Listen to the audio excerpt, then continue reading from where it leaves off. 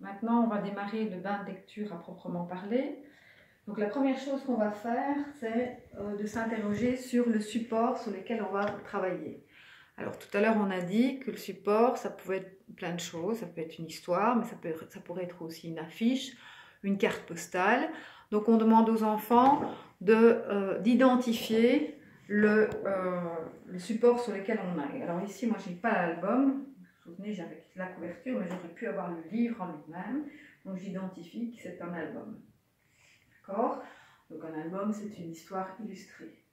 Une fois que j'ai identifié le support, je vais identifier la nature du texte. Donc la nature du texte, ça peut être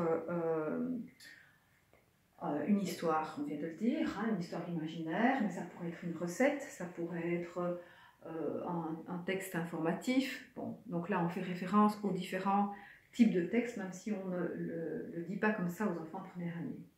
Et puis, on identifie les raisons pour lesquelles je lis ce type de texte. Donc, ici, en l'occurrence, une histoire, je vais le lire pour le plaisir, ou je vais le lire pour réaliser un gâteau dans le cadre d'une histoire, dans le cadre d'une recette, pardon.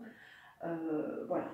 Donc, on essaye de motiver les enfants sur cette tâche qu'ils vont devoir réaliser, c'est-à-dire apprendre à lire, en leur expliquant ce que ça va leur apporter de pouvoir lire. C'est ce qu'on appellera le projet de lecteur, et j'y reviendrai l'année prochaine.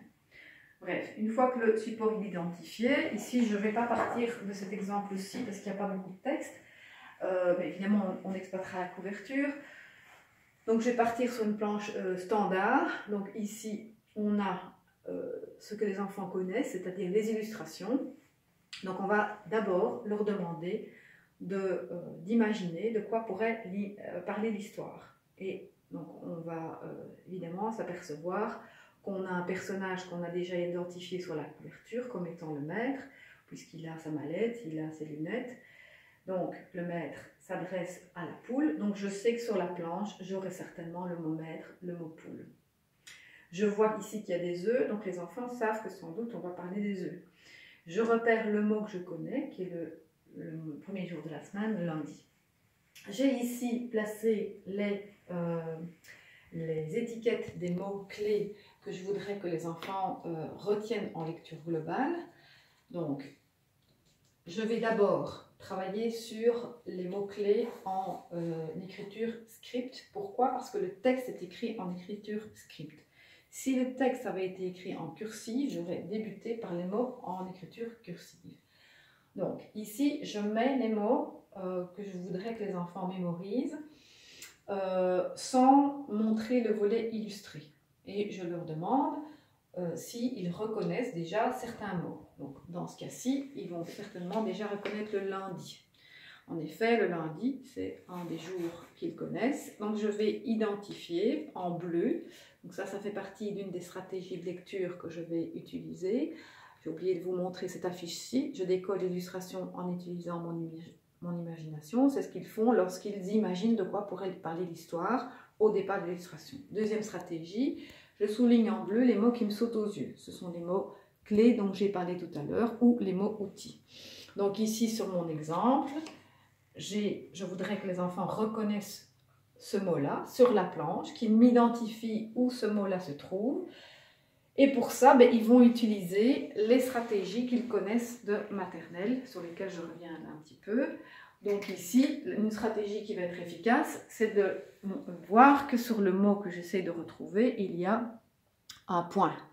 Donc, je vais regarder sur ma planche où je vois un point sur le mot et sur une lettre qui se termine par un i. Donc ici, il n'y en a pas 50, il y a lundi et il y a aujourd'hui. Mais je vois bien qu'aujourd'hui n'a pas la même forme que le mot que je cherche. Donc je sais que celui-ci, c'est lundi. Je vois que c'est le même, en effet. Je peux donc le mettre ici. Et moi, j'entoure sur ma planche. J'entoure ici, je m'y souligne, mais je peux aussi le souligner, puisque j'ai dit souligner. Donc là, je souligne le premier mot-clé que je voudrais que les enfants identifient. Je prends le deuxième et je demande à un enfant, sans lui montrer le volet illustré, où se trouve le mot. Alors le mot, c'est facile ici, j'ai aussi un autre repère visuel qui est à nouveau celui dont j'ai déjà parlé tout à l'heure, l'accent circonflexe. Donc, je cherche sur ma planche un mot où il y a un accent circonflexe, il n'y en a qu'un, c'est celui-ci. Donc en effet, c'est bien le même mot. Je peux combiner avec une autre stratégie, puisque je vois qu'il y a une lettre qui monte. J'ai bien une lettre qui monte, c'est bien ce mot-là. Alors, quel est ce mot? Je ne le sais pas, mais je sais que la planche me parle de deux personnages, le maître et la poule. Donc là, l'enseignant peut dire, ici c'est le mot maître, il peut le dire, puisque les enfants ne connaissent pas encore beaucoup de lettres. Et je vérifie si j'ai bien raison avec le volet illustré. Donc, pour rappel, on n'avait pas illustré lundi, puisque c'est un peu compliqué d'illustrer. Je fais de même avec tous les autres mots. Je prends le deuxième mot, et puis là, je regarde celui qui pourrait correspondre à ce mot-là. Je vois qu'il y a une lettre qui descend ici, et une lettre qui monte. Je cherche où il pourrait être. Et là, je vois que c'est celui-là. Alors, quel pourrait être ce mot? Je dis aux enfants, c'est le second personnage de la planche. C'est évidemment la poule. En effet, c'est bien la poule. Et ainsi de suite sur tous les mots que je veux que les enfants identifient. Donc ici, je vais montrer chaque fois le volet illustré. Et souvenez-vous, donc ceci, c'était les mots-clés. Je peux aussi décider d'y ajouter des mots outils, comme le mot « là », par exemple, qui se trouve dans ma planche ici, la poule. Bon. Une fois que j'ai identifié ces mots-clés, je vais donc, en principe, je ne l'ai pas fait là, ici, parce que pour gagner du temps, mais en principe, on doit donc repérer sur la planche tous les mots que j'ai identifiés ici sur les différentes plaquettes. Alors là, c'est l'enseignant qui va lire évidemment l'histoire, puisque les enfants ne savent pas encore lire, mais en s'arrêtant chaque fois qu'il y a un mot souligné en bleu, puisque là, le mot souligné en bleu, je sais que je l'ai déjà identifié. Donc, quel est ce premier mot? Lundi, en effet, c'est bien lundi. Alors là, l'enseignant lit, puisque les enfants ne savent pas lire encore. Un mot que je peux identifier. Je regarde où il est. C'est le mot où il y avait l'accent circonflexe, le chapeau japonais. C'était quoi déjà? Je peux me référer à l'illustration, le maître. L'enseignant dit le, et puis les enfants disent maître, demande à la... encore un mot qu'on connaît. On va regarder, c'est la poule. Le maître demande à la poule. Les enfants répètent la phrase. Le maître demande à la poule. L'enseignant reprend, puisque les enfants ne savent pas lire. Tu ne vas pas à... qu'est-ce qu'il dirait bien? À l'école, c'est le mot qu'ils ont identifié. On répète les deux premières phrases. Donc évidemment, dans un premier temps, on est fort sur une mémorisation des phrases sans nécessairement qu'il y ait de vraie lecture. Mais simplement, ce qu'on essaie de faire, c'est de faire en sorte que les enfants se rendent compte que grâce à l'illustration et à quelques mots-clés qu'ils peuvent identifier, ils arrivent à deviner de quoi parle l'histoire. Donc l'objectif étant de les motiver à apprendre à lire, puisque nous parlerons après de la lecture technique, alphabétique, qui est assez énergivore en termes de concentration. Donc on va combiner plusieurs stratégies. On a déjà parlé d'une des stratégies qui était l'utilisation de l'illustration. La deuxième stratégie, c'est le repérage des mots-clés qu'on va chaque fois identifier et qui vont nous permettre de lire le mot maître sans lecture hachée. Donc ici, si je le lisais par syllabe, je dirais maître. Donc, si je reconnais ce mot comme étant le mot maître, j'accède beaucoup plus rapidement à son sens. De toute façon, ici, il y a déjà une diphtongue, le son est que les enfants ne savent pas encore identifier. Donc, dans un premier temps, on va travailler à la fois sur la lecture globale dont je vous ai parlé, mais aussi sur l'aspect technique dont je ne vous ai pas encore parlé, mais j'y viens. Donc, une fois qu'on a lu les phrases de la planche ensemble, on va s'intéresser à certains des mots. Donc, par exemple, ici, j'ai pris un mot simple, le mot là, qui était un mot clé. Un mot outil. Voilà. Oui, j'ai oublié de dire une petite chose quand même importante. Une fois que j'ai identifié mes mots-clés, je vais les associer au même mot, mais dans l'autre écriture. Donc, je les mélange dans un premier temps. Et puis, les enfants se rendent compte qu'il y a deux écritures. L'écriture, normalement, ça, c'est des choses qui devraient être faites en maternelle. L'écriture où les lettres se tiennent la main, qui est l'écriture attachée, et l'écriture où les lettres ne se tiennent pas la main, c'est l'écriture script. Et donc, on remet les mêmes plaquettes ici au tableau que celles qu'on a identifiées, sans le volet illustré. Et les enfants vont pouvoir se rendre compte que dans l'autre écriture, qui est l'écriture attachée, il y a les mêmes caractéristiques. Donc, je prends celui-ci, j'ai un mot avec une lettre qui descend et une lettre qui monte. Je cherche où est ce mot. Il n'y en a qu'un qui correspond à celle-là, c'est ceci. Ça ressemble très fort. Pour être sûr que j'ai raison, je le compare et le volet illustré me permet de voir qu'en effet, il s'agit bien de la poule. Je fais de même pour tous les autres mots. Ici, je n'ai pas de volet illustré, mais je sais que c'est un mot qui se termine par une lettre sur laquelle il y a un point. Il n'y en a qu'un qui correspond à ça, c'est celui-ci, et ainsi de suite. Ici, je vais utiliser l'accent circonflexe. Là, le fait que deux lettres s'embrassent, comme ici dans le mot E. Ici, ce qui va être caractéristique, c'est l'accent. Et ici, on a un mot outil qui est le mot là. Voilà. Donc, là, simplement pour leur montrer, il y a deux types d'écriture, l'écriture script et l'écriture attachée, et que eux, quand ils vont écrire en écriture cursive et non pas en écriture script. Alors, une fois que ça c'est fait, évidemment, on ne peut pas imaginer que les enfants retiennent tous les mots qui existent uniquement en lecture globale. Donc, on va, dès le premier jour, dès que c'est possible, s'attaquer aux lettres de l'alphabet. Donc, prenons un exemple simple. Dans le texte, on parle de la poule, ça c'est le mot outil, là, sur lequel je vais me focaliser. Donc, en parallèle de cette reconnaissance globale des mots, on va travailler sur les lettres.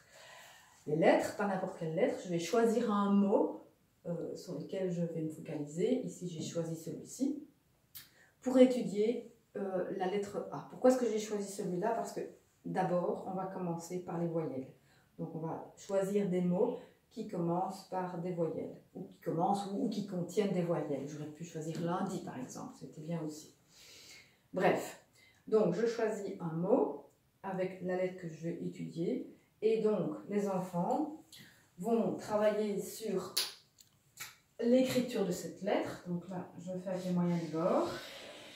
Donc, nous avons vu en maternelle que quand je travaillais l'écriture de la lettre, je devais absolument travailler le sens de l'écriture. Donc, pour rappel, ici, je n'ai pas ce qu'il faut, mais on indique aux enfants où ils doivent commencer par un point vert, je n'ai pas de marqueur vert, et où ils doivent terminer par un point rouge. Donc je commence ici, donc j'aurai un point vert ici, et puis je monte, et puis je descends par là pour former ma lettre, et je termine ici par un point rouge.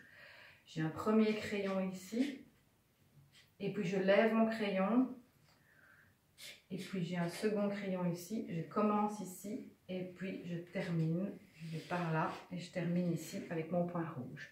Donc le système qu'on a utilisé en maternelle, avec les lettres en bâtonnet, est le même, et j'apprends aux enfants à former des lettres. Je vais accrocher mon panneau en l'écrivant au tableau. Mais là, les enfants voient que la lettre, elle ne vient pas de nulle part, elle vient d'un des mots de la lecture fonctionnelle. Donc, je reparlerai de la formation des lettres, mais retenez que si vous voulez que les enfants écrivent correctement, il y a toute une procédure à appliquer. Je reviendrai quand je commenterai le syllabus du cours. Donc, le sens de l'écriture, il faut l'apprendre, évidemment. Je leur montre également les différentes graphies de la lettre, mais je ne l'écrirai qu'en écriture cursive. Mais le A peut aussi s'écrire comme ceci. Dans certains textes, je vais le retrouver plutôt comme ça. Et je veux aussi aborder l'écriture imprimée, majuscule. En général, on ne montre pas ça en première année, mais souvenez-vous qu'il y a aussi l'écriture cursive, majuscule. Mais en général, cette écriture-là, on ne l'aborde pas en première année, on débute ça en début de deuxième année. Donc, je vais vous parler de la fable de son. Dans la fable de son, vous trouverez les 4 graphies dont je viens de vous parler. Alors, voilà. Donc, évidemment, dès que j'aurai vu une lettre, je pourrai en plus, regarder la stratégie qui est ici, ici, je pourrais entourer dans une couleur de mon choix, mais je reparlerai des stratégies de lecture. J'entoure en violet les lettres que je reconnais. Vous voyez, j'ai à chaque fois une rime pour retenir la stratégie de lecture. Donc ici, on reconnaît le A. Donc je peux, j'ai pas de violet, mais je pourrais dans mon affiche identifier tous les A. Alors évidemment, la langue française est compliquée, puisque ici dans demande, on voit un A mais qui ne se prononce pas A. Donc, je ne vais pas l'entourer ici en disant aux enfants, ben oui, en effet, c'est un A, mais on ne prononce pas A, donc on ne va pas nécessairement toujours l'entourer. Donc là, je ne vais pas l'entourer non plus, là non plus, même si je reconnais que c'est un A, mais je sais que je ne le prononcerai pas de cette manière-là. Bref. Donc, évidemment, ici, on n'a qu'une seule lettre, mais au fur et à mesure de la découverte des lettres, je vais pouvoir identifier de plus en plus de lettres dans mes textes. Et au final, j'y reviendrai par la suite, je vais pouvoir travailler ce qu'on appelle la fusion syllabique, c'est-à-dire, oui, mais c'est pas grave, je vais pouvoir identifier des syllabes et non plus uniquement des lettres. Donc, imaginons que j'ai vu, donc en général, je vous l'ai dit, on commence par les voyelles. Une fois que toutes les voyelles ont été abordées, on continue avec les consonnes. Les consonnes les plus fréquentes, par exemple le L, c'est une des consonnes les plus fréquentes. Imaginons qu'on ait vu le L, eh bien on travaille la fusion syllabique, c'est-à-dire la lettre L, qu'on va donc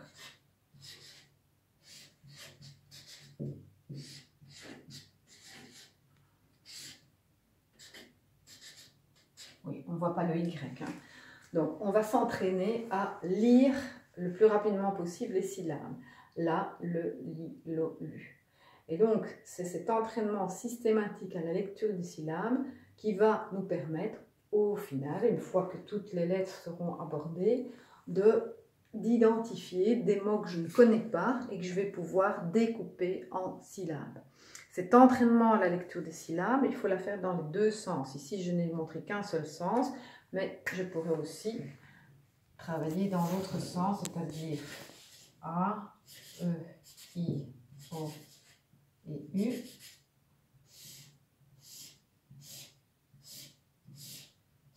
Donc ça donne al, eul, il, ol, ul. Il y a des tas de mots qui commencent par al, comme allumette par exemple.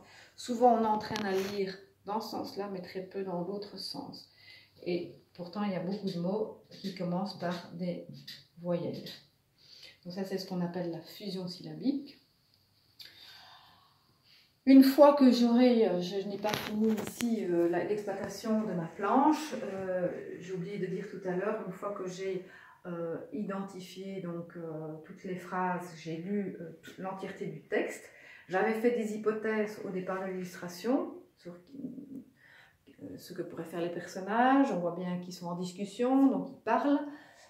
Je vais vérifier mes hypothèses comme un détective. Donc après avoir lu le texte, je vérifie mes hypothèses et j'en reformule de nouvelles comme un détective. Et en effet, je peux dire, je pensais bien qu'on allait parler de la poule. Est-ce que c'est bien le cas? Ben oui, on parle de la poule, de ce qu'elle produit. Ben oui, elle part. On voit ici qu'elle part avec un avion acheter ses œufs. En effet, on voyait bien les œufs. Donc les enfants voient qu'il y a une correspondance entre l'écrit et l'image. Et donc l'image, on va beaucoup l'utiliser au départ pour les aider à lire le texte, parce que la lecture, au début, c'est quand même assez complexe. On a vu tout à l'heure avec le A qu'on peut voir la lettre A, mais que parfois elle ne se prononce pas A. Donc, la langue française est assez complexe. Voilà pour, disons, les grandes lignes du main de lecture. Je retravaillerai au départ des notes de cours la suite en lisant avec vous, comme je l'ai fait pour certains autres documents, les notes de cours pour que vous ayez peut-être encore des explications supplémentaires. Voilà, à bientôt.